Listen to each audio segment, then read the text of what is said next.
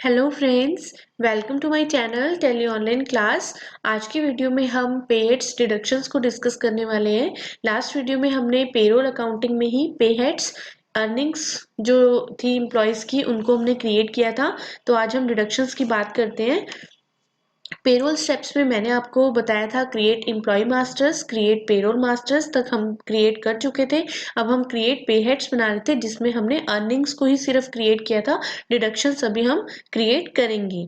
तो इसमें हम पे हेड्स जो बनाते हैं वो अकॉर्डिंग टू एम्प्लॉयज अर्निंग्स होती हैं और डिडक्शंस होती हैं। अर्निंग्स से रिलेटेड जो भी पे हेड्स है वो हम बना चुके हैं। अब डिडक्शन से रिलेटेड कौन कौन से पे हेड्स होते हैं इनको आज हम डिस्कस कर रहे हैं।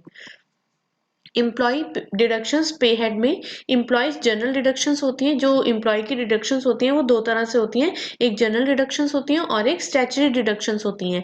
तो जनरल डिडक्शंस में कौन कौन से पे हेड्स आते हैं, जैसे मान लीजिए कैंटीन की जो फैसिलिटी है वो प्रोवाइड करती है अगर कोई कंपनी अपने एम्प्लॉयज को, तो उसमें से जो अमाउंट होता है कैंटीन में जो भी लंच या डिनर प्रोवाइड करते हैं तो वो अमाउंट एम्प्लॉय की सैलरी में से डिडक्ट कर लिया जाता है।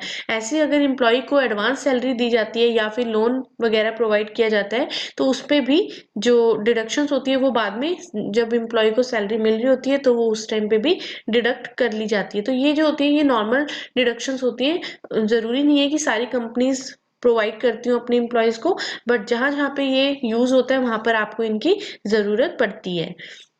ये तो हमारी जनरल डिडक्शंस होगी। अब स्टैट्यूटरी डिडक्शंस कौन कौन सी होती हैं, ये सारी हमारी टैक्स से रिलेटेड होती हैं। जैसे फर्स्ट है इनकम टैक्स डिडक्शन। एम्प्लॉय को इनकम टैक्स पे करना पड़ता है तो जो कंपनी है वो इनकम टैक्स डिडक्ट करके एम्प्लॉय को सैलरी पे करती है, इनकम टैक्स डिडक्शन हो गया। सेकेंड है एम्प्लॉयज पीएफ डिडक्शन पे हेड। एक पे हेड होता है एम्प्लॉयज का पीएफ डिडक्शन, इट मीन्स की प्रोविडेंट फंड जो आफ्टर एम्प्लॉय को रिटायरमेंट के बाद मिलता है। इसमें पीएफ में भी एम्प्लॉय और एम्प्लॉयर का कंट्रीब्यूशन होता है।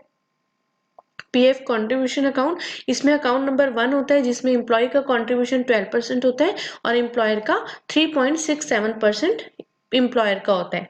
ऐसे ही अकाउंट नंबर 10 होता है EPS account, pension scheme, employee pension scheme fund होता है ये, और इसमें एम्प्लॉय का कोई कंट्रीब्यूशन नहीं होता बल्कि एम्प्लॉयर का कंट्रीब्यूशन होता है 8.33% और टोटल एम्प्लॉय का 12% और एम्प्लॉयर का 12% इसमें कंट्रीब्यूशन रहता है। उसके बाद नेक्स्ट होता है employees ESI deduction, employees state insurance, ये भी एक डिडक्शन होता है एम्प्लॉयज का।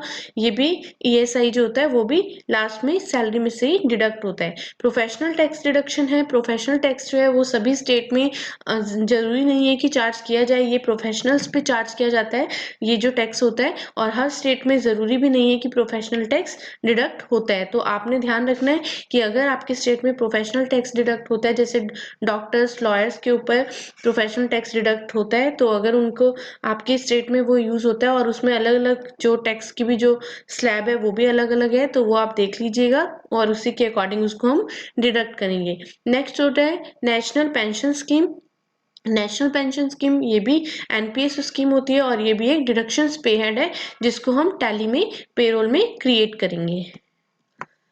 उसके बाद अब हम ये जितने भी मैंने आपको पे हेड्स ये डिस्कस किए हैं ये सारे अब हम टैली में करेंगे। नेक्स्ट वीडियो में मैं आपको इसका प्रैक्टिकल बताऊंगी कि आपने ये जो सारे के सारे पे हेड्स हैं उनको अंडर किस में लेना है और कैसे कैसे हम इसकी कैलकुलेशन के अकॉर्डिंग इसके पे हेड्स क्रिएट करेंगे।